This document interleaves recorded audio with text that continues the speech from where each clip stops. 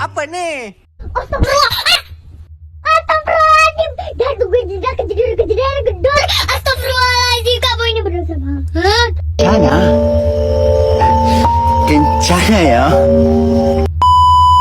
Aku hanya memikirkan satu peraturan penting. Kenapa kau lakukan hari ini kalau kau bisa melakukannya besok? Hahaha. A few moments later.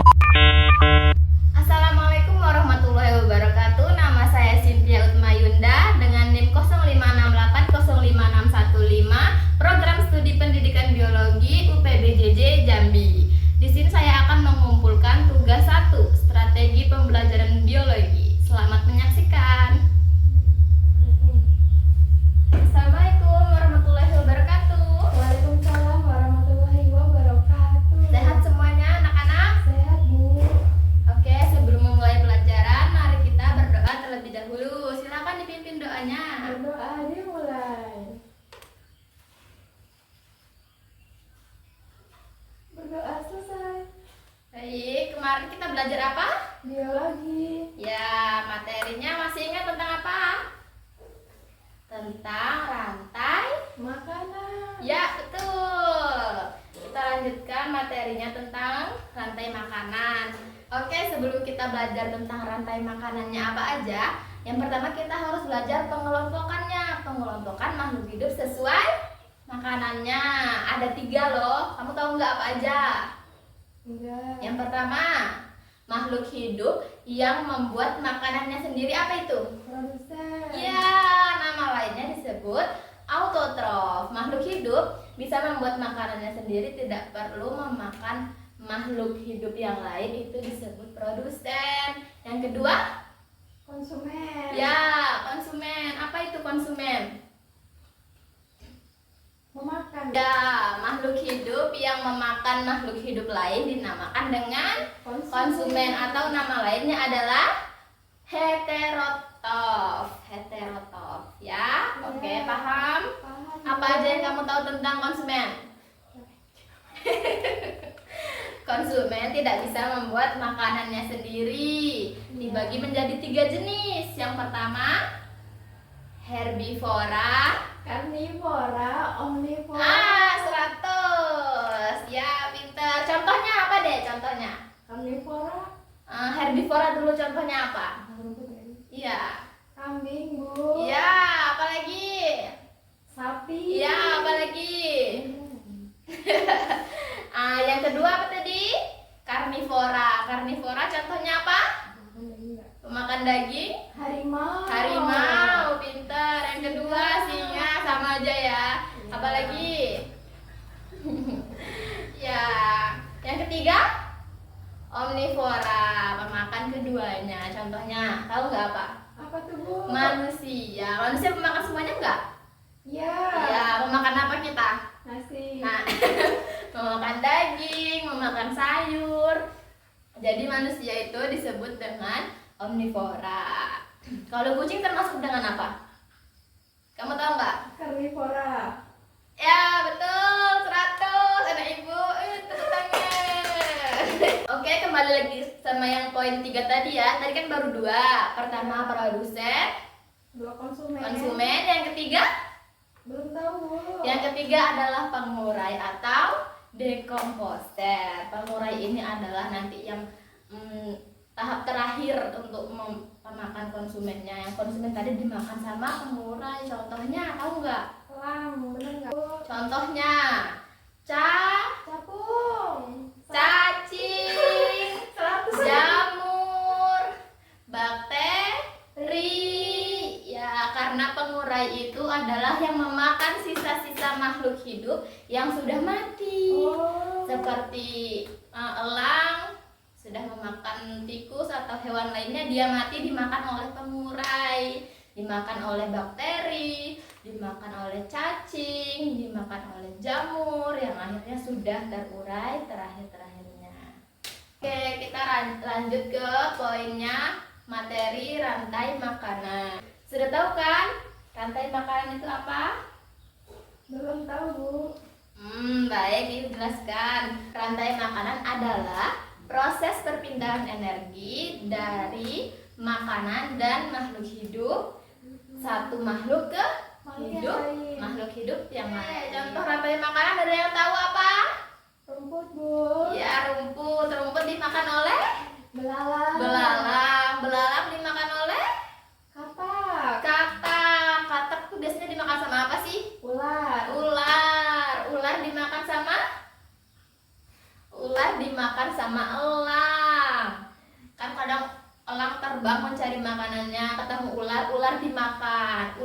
Habis itu elang mati dimakan bakteri atau jamur atau cacing. Itu adalah pemurai. Ya, tadi di darat ya, kita cari contoh yang di laut deh. Apa tahu nggak? Enggak tahu, Bu. Ya, yang di laut itu biasanya yang kecil-kecil, hewan kecil itu namanya plankton. Nah, kayak di film SpongeBob ya, pasti pada tahu semua kan. Plankton dimakan oleh udang, karena udang itu pemakan hewan-hewan kecil.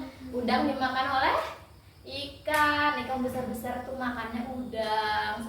Habis itu ikan yang agak besar-besar lagi dimakan oleh hiu. Nanti kalau mati dimakan oleh Bakteri. karena Oke, paham? Paham, Bu. Ada yang mau ditanyakan? Tidak. Oke, kan tadi kita sudah belajar tentang rantai makanan. Kita lanjut ke materi jaring-jaring makanan. Kalau tadi rantai makanan itu kan rumput. Rumput bisa dimakan oleh Belalang. belalang bisa dimakan oleh katak, lalu dimakan oleh ular dimakan oleh elang. Kalau ini kan rantai makanan, kita lagi belajar jaring-jaring makanan yang lebih luas. Jaring-jaring itu contohnya seperti padi bisa dimakan oleh apa aja. Bisa dimakan oleh belalang. Ini jaring-jaring makanan. Dia tidak hanya dimakan oleh satu. Kalau jaring-jaring makanan itu bisa dimakan oleh belalang contohnya. Dimakan oleh tikus contohnya. Dimakan oleh ular contohnya. Ini jaring-jaring makanan, nanti berjaring-jaring lagi.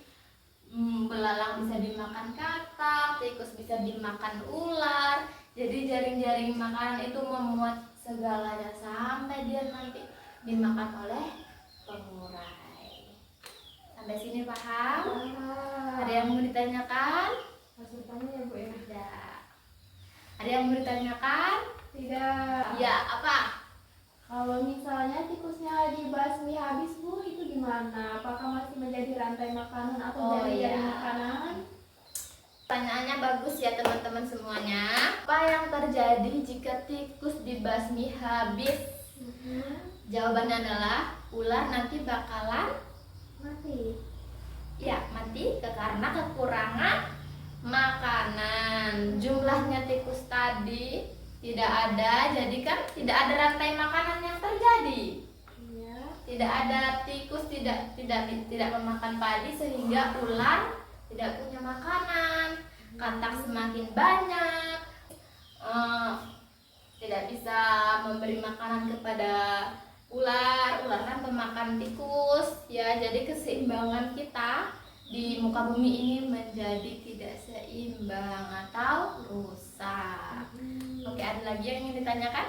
Tidak, sudah paham, sangat paham, Bu. Oke, baik. Setelah kita belajar tentang keseimbangan, ada lagi nih penyebab terganggunya keseimbangan alam.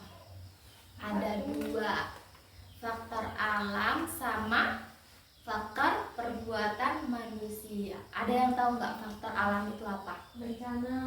Bencana seperti banjir, gunung meletus, kekeringan atau kemarau, dan juga kebakaran hutan. Misalnya kebakaran, banjir, hewan-hewan kemana? Tidak seimbang, mereka mati dimakan pengurai, bumi kita jadi tidak seimbang. Kalau perbuatan manusia apa? Pembangunan. Pembangunan.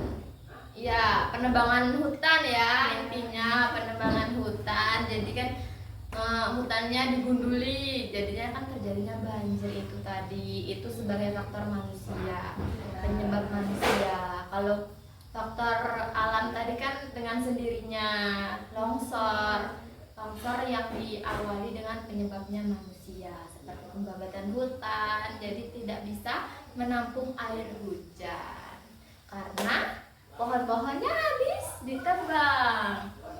Apalagi contohnya dari penyebab manusia? Apa ya? Membuang sampah Sembarangan. ya, atau limbah sembarangan. Lingkungan air menjadi kotor, tercemar sehingga kita tidak mempunyai air bersih. Kita kesulitan mencari air bersih. Baik, ada yang mau ditanyakan sampai segitu? Tidak ada. Baik, kita akhiri mata pelajaran kali ini, hari ini. Terima kasih semuanya atas apresiasinya dalam belajar. Semangat belajar semuanya.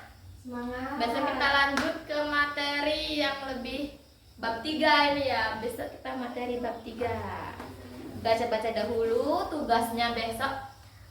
Tugas yang materi sekarang ada di halaman 250. Nanti dikerjain ya di rumah. Ya, Bu. Besok dipresentasikan ke depan. Baik. Baik. Oke. Selamat siang semuanya. Assalamualaikum warahmatullahi wabarakatuh. Waalaikumsalam warahmatullahi wabarakatuh. Jangan lupa belajar di rumah ya. Ya, Bu. Dadah. I just had to let you know you're